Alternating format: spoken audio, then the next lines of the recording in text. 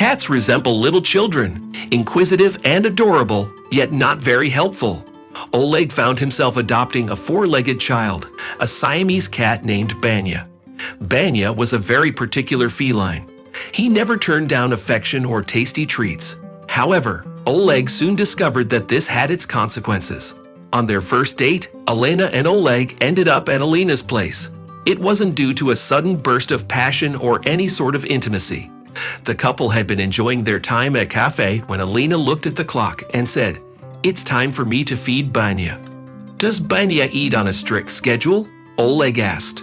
"Pretty much. He has a delicate stomach, so we can't overload him with food. He has a special diet," Elena explained. They entered the house, and immediately a large Siamese cat, Banya, rushed over to them, rubbing against Oleg's legs, welcoming the new acquaintance. Banya was then invited to join them at the table, where coffee, sandwiches, and cookies were prepared. The cat indulged himself, savoring every bite with delight. The conversation flowed smoothly, allowing the couple to get to know each other better. Lena had to step away for a few minutes to take a phone call. During Lena's absence, Banya hopped into Oleg's arms, looking into his soul with a loyal gaze. Oleg, relying on his limited knowledge of cats, decided to treat Banya to a piece of sausage. It was gladly accepted, and Banya settled down comfortably in a corner afterward. However, as the cat started sneezing frequently, the sound progressed from a hissing cough to something more unusual. Soon enough, Banya threw up the sausage, leaving Oleg concerned and regretful about his impulsive decision. With a sigh of despair, Alyona looked back and forth at the cat, then glanced at the carpet. She asked, "But I told you he only eats special food." "I didn't think it was that serious, and he kept begging for it," Oleg replied. "He begs for everything he sees, but he never gets food from the table like this," Alyona said. "No one I know would give him even a crumb of bread." Over time, Oleg grew fond of the fluffy cat named Banya.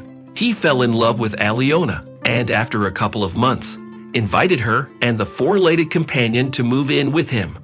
They eventually got married. Oleg noticed that whenever Alyona sat down or lay down, the cat would immediately curl up on her stomach and purr. Oleg worried that the cat might be seriously ill and that Alyona would soon be left alone. His suspicions were confirmed a week later when Alyona showed him 2 lines on a pregnancy test. Alyona took precautions, dressed warmly, and enjoyed the fresh evening air. However, despite her efforts, nothing could prevent her from feeling unwell after reaching the 5th month of pregnancy. Her stomach ached and the pain intensified. There is no danger to the woman's body, the doctor assured an anxious Oleg. 20% of women experience miscarriage. Alyona took time off and spent a week in bed. The cat faithfully guarded her day and night. Oleg struggled to communicate with his wife, as she constantly claimed to be tired and uninterested in talking. She didn't want him to feel sorry for her. "I should have felt sorry for myself when I needed it, when the baby and I needed support," Alyona lamented to Oleg. "Well, come on, we're young. We still have time. It's just not our moment yet," Oleg reassured her. "Our moment will never come if you continue to treat me like this. I'm not a servant, but a woman. Why was all the household chores left to me?" Alyona confronted Oleg. Oleg wanted to argue, mentioning how he also contributed to cleaning and cooking and never let her carry groceries. However, he decided that this could lead to an argument, so he apologized for something that wasn't entirely his fault. Eventually, Alyona regained some semblance of normalcy in her life, except her relationship with Oleg remained strained.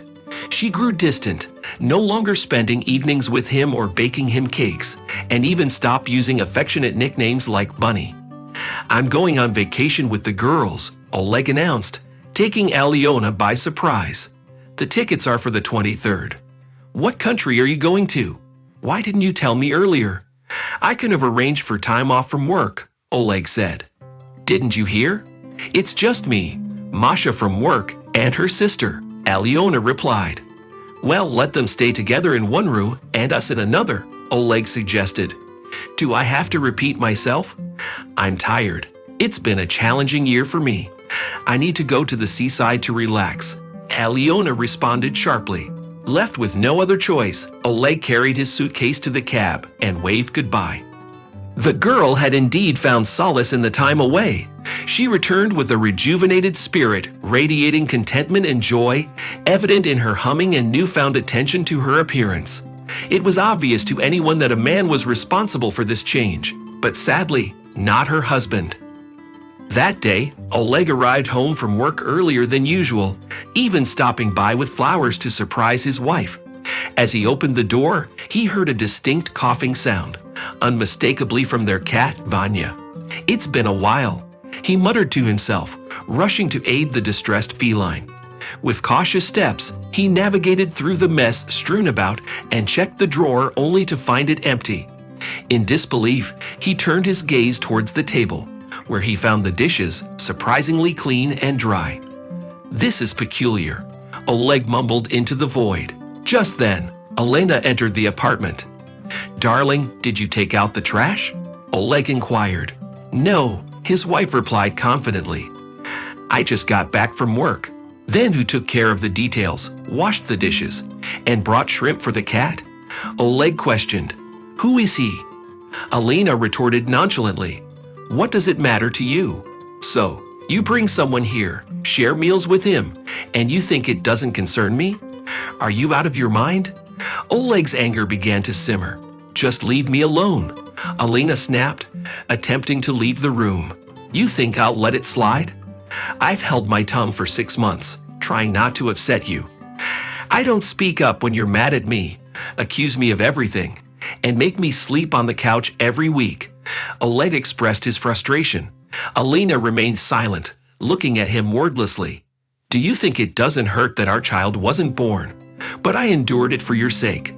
I buried my feelings deep and focused solely on your problems. And who is he?" Oleg continued, desperate for answers. "It's none of your business," Elena replied, turning away. "No, you are my wife, and this is my home, so it is my business. Do you hear me?" Oleg asserted. "You only think about yourself. Remember when you said I was investing too much energy into you and our relationship that died with our baby? Well, you were right. You're selfish and don't deserve me," Elena shot back. "I believe it's you who fails to consider anyone else. Where's your suitcase? I'll help you pack your things, and don't forget your cat. Stas can feed it shrimp. You and him can go to him. It's time for you both to leave. I'm going to start a new normal," Oleg declared as he closed the door behind his departing wife. He leaned against it, sinking to the floor in silence. So much effort had been poured into this relationship. So many times he had swallowed his pride for Elena's sake. Every day he endured baseless accusations, always striving to avoid conflict. She was consumed by her own hysteria, believing that only she suffered and needed help, but refusing assistance and blaming her husband. It was a toxic cycle that couldn't be broken except by a lover of shrimp. He owed gratitude to this unexpected revelation for exposing his unfaithful wife in such a unique manner.